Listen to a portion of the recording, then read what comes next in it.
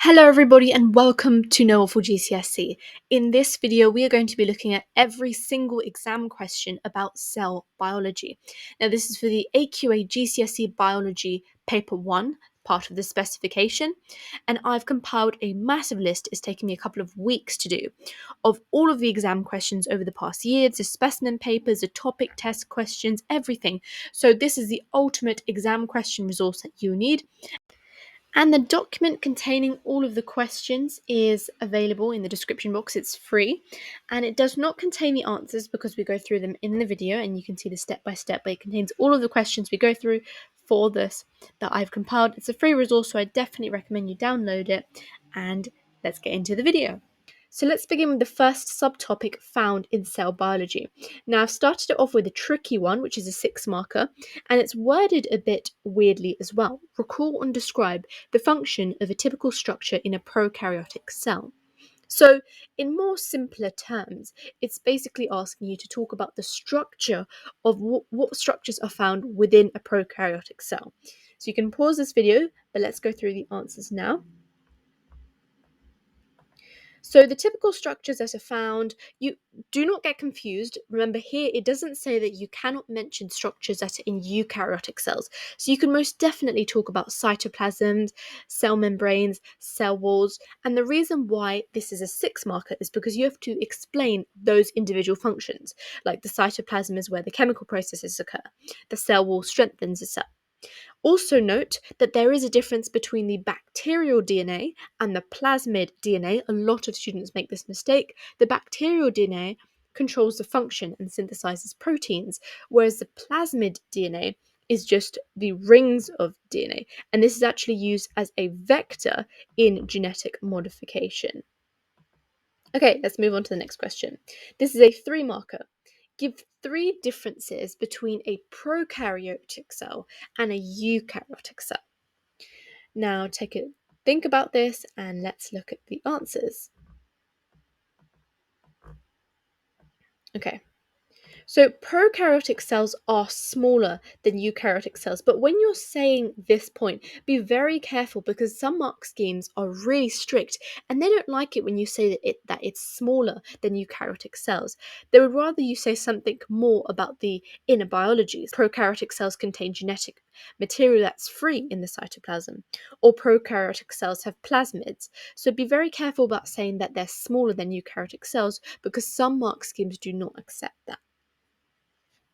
And the next part is give 2 similarities. So this was actually a 2-part question in a past paper. And you could have put that both have cytoplasms, both have cell membranes, both have genetic material. Okay, let's move on to the next subtopic, which is all about animal and plant cells. So the first one is explain why mitochondria in cells are important. And now there is a silly mistake in here, or a way where the exam board can trick you out in this. So pause, answer the and I'll see if you've made the mistake or not. Okay, let's look at the answers. So the answer is a 3-part answer. Cells require energy to function. Mitochondria is the site of respiration. You could even go further and say aerobic respiration. And energy is released in respiration. Now, the typical mistake that most students make that costs you a mark is that you say energy is created in respiration. And you can't say that because remember, energy cannot be created or destroyed. You must say energy is released. It's a product of the respiration. Okay, the next question. Ribosomes synthesize proteins. Explain what this means. Now, this was quite an obscure past paper question, and that's why I've put it in here to make sure that if you're asked something along these lines, you are prepared. Let's look at the answer. So, synthesize means to produce, and produce from amino acids, and ribosomes are the site of protein production. Now, this might be asked more in a paper 2 because it's more about the protein synthesis formula, but it could be asked in paper 1 or anything along those lines. So make sure you know that synthesize means to produce, and the proteins are made from amino acids, and therefore ribosomes are the site of protein production. The next question is just a one marker. What is the function of a nucleus? It's underrated, but you need to make sure you don't forget how to answer this question because you don't want to be 1 mark away from that 9. And the answer is it controls the activities of the cell and it contains a genetic material. So it's a 2-part answer. It tends to be 2 marks, but if it's 1 mark, just say one or the other, either controlling the activity or containing the genetic material. And the final question for animal and plant cells, name one type of cell that does not contain a nucleus. Here you could set a range of cells, ranging from red blood cells, sperm cells, bacterial cells, prokaryote cells. It's open-ended here. The next subtopic, cell specialisation and differentiation. So this 3-marker compares sperm cells to nerve cells. So I'll give you a minute to think, and let's look at the answer now. So sperm cells, first of all, you need to compare the functions. So the function of a sperm cell is to fertilize an egg. The function of a nerve cell is to send or transmit electrical impulses to the brain. So firstly, the first mark will be comparing the functions, and then the other 2 marks will be comparing the adaptations. So the adaptations of a sperm cell, it's streamlined, it's got a long tail which has enzymes in a chromosome, and it contains a large number of mitochondria, which gives it energy. And for the nerve cells adaptations, it's got a long axon. It's got branched dendrites, which just help increase the surface area so that it can transmit the electrical impulses. And it's also got an insulating sheath called myelin. Okay, the next question. What does differentiation mean? Now, let's look at what differentiation means. So, differentiation means how cells change over time to become specialized for a specific function. Now, in this case, because you're asked about the definition of what does differentiation mean, in this case, you can mention the word specialized, but try not to mention the word specialized and instead talk about differentiated, because that's more GCSE versus the lower key stages. So, differentiation, how a cell changes over time to become specialized for a specific function. Now, we've got another 3-marker. Compare animal and plant stem cells. Okay. So, animal stem cells differentiate early in their life. That's what we call embryonic stem cells. And whereas plant stem cells can differentiate any time throughout their life, and they're called the meristematic stem cells. Now, animal stem cells are mainly used for replacement or repair, whereas plant stem cells are grouped together in structures called meristems. And plant stem cells don't tend to be used as much for replacement or repair, it's also used for growth as well. And the final question, explain the advantages and disadvantages of using plant stem cells. So this will definitely be a harder question, not many people will get right, because the use of stem cells is a lot of students' weak point. So that's why I've created a good answer here. So, advantages is that it enables rare species to be cloned. Crops with useful species can also be cloned.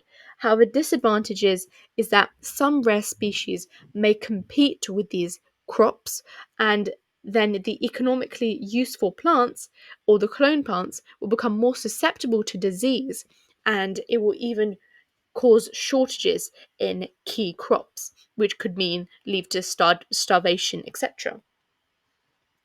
Okay, now let's move on to the next subtopic, which is microscopy. So, in this topic, you've got a required practical, and for all of the required practicals, I've written you 6-mark answers, which is just a combination of the different mark schemes and everything you need to include. So, what I want you to do is just blurt out everything you can remember about this required practical. You can do it in a written paragraph form or a mind map form, and now we're going to look at the answer. So firstly, the equipment you need a microscope, you need a glass slide, that's where you're going to put the onion epidermis on. You need a scalpel, you need iodine, and then it goes on to the different steps. So firstly, you want to cut a section of the onion, peel the epidermis and place it on the slide without trapping air bubbles. You're then going to stain the specimen using iodine, and they might ask you, why did you stain the specimen? You want to say to make the subcellular structures more clear because of the dye, and you want to gently lower the cover slip. You're going to soak any excess iodine using a paper towel. You can switch on the power source, place the glass slide on the stage, and use the lowest objective lens and turn the focusing wheel to move the lens closer to the slide. You're then going to slowly adjust the focusing wheel to move the lens closer to the slide until seen clearly. Now, there's a couple of different points here, and in reality, if you put all of this, you should be awarded 8 marks, but this is just everything you need to go above and beyond. If you don't put all of the points, you can still achieve 6 marks, but try to remember as much as you can because you want to solidify that top grade. Okay, the next question. Suggest one reason why the student couldn't see clearly through the microscope. So in your exam, you're going to get practical and then you're going to get questions about that practical. So this is an example of that. So why couldn't a student see clearly through a microscope? Now, a possible reason could be that there was a dirty objective lens or that the microscope was unfocused. Okay, moving on to the next one. Compare the light and electron microscopes, advantages and disadvantages. Now, the two main things I want you to talk about in this question in terms of light and electron microscopes is the magnification and the resolving power or the resolution. So let's look at the 4-mark answer now. Oh, almost showed you all of the answers. Okay. Now, this also collaborates with the next question, which is give 2 advantages of using an electron microscope instead of a light microscope. So, light microscopes are small and they're portable, they're low cost, and they're easy to use. Just think about when you're using them in school, you can easily pick them up, they're relatively cheap, and they're easy to use. But an electron microscope, it's got much higher resolution, higher magnification, it's larger, it's not portable, it's high cost, and it requires specialists to use it. And then the advantages of an electron microscope instead of a light microscope is just reiterating that. So it just tells you a little bit of information about how it works. So the reason why electron microscopes are actually better than light microscopes is because electron microscopes uses a beam of electrons, whereas a light microscope shines a beam of light. And because electrons have a shorter wavelength than light, they therefore have a higher ability to see small things, meaning a higher resolving power. You might not need to know that, but that is really useful for your understanding. Now, moving on to the next subtopic, which is all about cell division and mitosis. So, explain why mitosis is important for multicellular organisms. So, you've mentioned a little bit about it before, about repair and replacement, and that's a similar answer to this question as well. So, it repairs cells, replaces cells, because mitosis is how cell walls are formed, and 2 daughter cells form clones of the original cell to keep the favourable characteristics.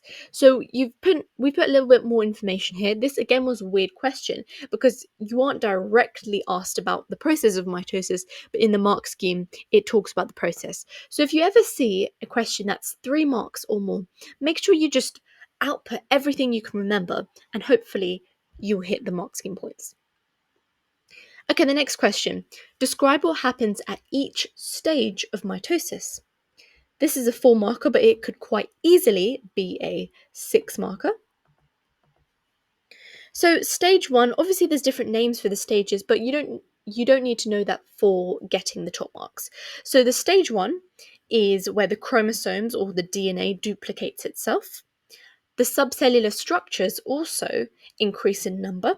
Now, just for your information, stage 1 is the longest stage of everything duplicating.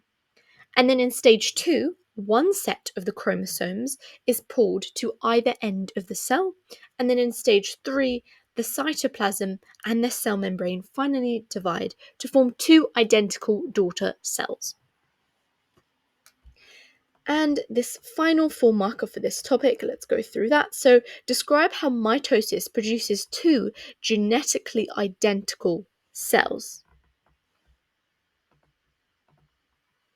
So, genetic material or chromosomes are duplicated. The replicated chromosomes are pulled apart. So, again, the same process as the previous question. The cytoplasm and the cell membrane then divide into two, and the set of chromosomes in each cell are actually identical to one another. So, moving on to the next subtopic, diffusion. The first question, what is meant by the term diffusion? So, this often catches people out. Now, diffusion is the net movement of particles from an area of higher concentration to an area of lower concentration, going down the concentration gradient. So that's a 3-part answer, but in this case, it was only 2 marks. So look at the marks and decide how much information you want to put. However, in the biology exam, you tend to have a little bit more time, so feel free to put as much information as you can. The next question. Explain the importance of maintaining a steep concentration gradient. Now, what this is saying is, why is it important to ensure that, say, if you wanted to spray perfume, that an area with lots of perfume and that an area with not much perfume, why is it important to have that instead of everywhere being a lot of perfume? You need to have a steep concentration gradient. Now, let's look at the answer. Well, the answer says that the greater the difference in concentration, the faster the rate of diffusion, because you're applying your knowledge about different things that affect the rate of diffusion, such as temperature, or in this case, concentration gradient. And with the same concentration, no diffusion will take place. If everywhere had enough perfume and you were to spray some more, there would be no diffusion because everywhere has the same amount already. And the final question, describe the adaptations for transport in cells for plants and animals. Now, this is kind of a combination question talking about active transport and other methods as well, but hopefully you're aware of these in order to answer this question. So in this mark scheme, they've discussed the small intestine and how there's villi, which are these small finger-like projections, and they increase the surface area. They also ensure that there is a good blood supply, and they have a very thin membrane. Then you have the lungs. The alveoli increase the surface area of the lungs, and there's also a really good capillary network because they have very thin and elastic walls. And finally, gills, because remember that too is an animal. They have filaments and lamella, which increase the surface area for oxygen and intake, and they have a thin and good blood supply. Now, the fact that that was all the mark scheme detailed for a 6-marker also indicates that for some questions, not much information is required, just really specific spouts of knowledge. Let's move on. Oh, diffusion is continuing. So, describe how the small intestine is adapted for efficient absorption. Oh, yes, because that is just answering the rest of that question. So, because you are supposed to talk about adaptation in plants as well. So, here's an information: plant root hair cells, the absence of chloroplast increases the surface area, and you've got xylem and phloem there. Okay, so in terms of describing how the small intestine is adapted, you would talk about the villi finger-like projections, how this provides a large surface area for diffusion, how the walls of the villi themselves are quite thin, which means there's a short and rapid rate of diffusion, and the small intestine itself is very long, so there is more time for absorption to take place over a longer period of time. The next question. Now, this is a specific question. Explain why an axolotl may die in water with a lower concentration of oxygen. Now, a lot of students struggled with this question, so let's look at the answer. Because the concentration gradient of oxygen is shallower, that means that less oxygen can diffuse into the gills of the axolotl. Now, because there's less oxygen diffusing in, that means that there's less aerobic respiration that can occur. Therefore, less energy is released. And because there is less metabolism, which are all of the body reactions, that means that the axolotl can die. Now, these star questions here are just continuations and extensions of this diffusion question. I'll put the answers up, but I'm not going to go through those because they are more specific to that scenario. Let's move on to osmosis, the next subtopic. So you've got the required practical here. I've accidentally shown you the answers. But the required practical for osmosis is about the potatoes and how you use a core borer to core each potato. So here are the answers. In case you have a required practical and they ask you about osmosis, then make sure that you bullet point all of these key points. So you've got the cork borer to cut the potato cylinders, and the purpose of that is the same diameter. And then you're using the scalpel to make them all the same length. So they're all the control variables. You're also going to measure and record the length and the mass, measure 10 centimeters cubed of each of the different molar solutions, so the 0.5 molar, the 0.25, and then the salt solution and the pure distilled water. And then make sure you label them. Add each potato cylinder to each test tube, leave it overnight. Remember, even if you didn't, when you were conducting the experiment, left it overnight, make sure that you leave overnight when you're writing about it, because it just means that the results are more accurate, so you're more likely to get an examiner that will agree with your conclusions. And then you remove them, you carefully pat them. Remember, you don't want to squish the water out, and you remeasure the length and the mass. And then the next question, explain how the student could determine the concentration of the solution inside the egg. So this was, again, a part of another question, so the context is missing here, but it was similar to the potato question. But all I wanted to show you from this is that even though it was mentioning exactly what you would do in the required practical for the potatoes, when they discussed the egg, all of the students thought, oh, I haven't heard of a practical about an egg, and got worried. So just remember, if it's the same context and the same scenario, the exam board is trying to trick you by switching and swapping different key details, but it doesn't change what you do and how you conduct yourself in the experiment. And the final one, active transport for this topic. So explain how nitrate ions are transported into the root hair cell. So let's look at the answer for this. So the process is active transport, and energy is needed to move nitrate ions from a lower concentration in the soil to a higher concentration in the root. So you're just explaining about active transport, and just by saying those three, you've got 3 marks. Now, looking at all of these exam questions, really well done for getting through to the end of the video. I hope this has helped you, and it's really important to learn the format of the exam, because this actually helped me when I was doing my GCSEs turn from grade 5s to grade 9s just by learning how the exam works. So make sure you do this.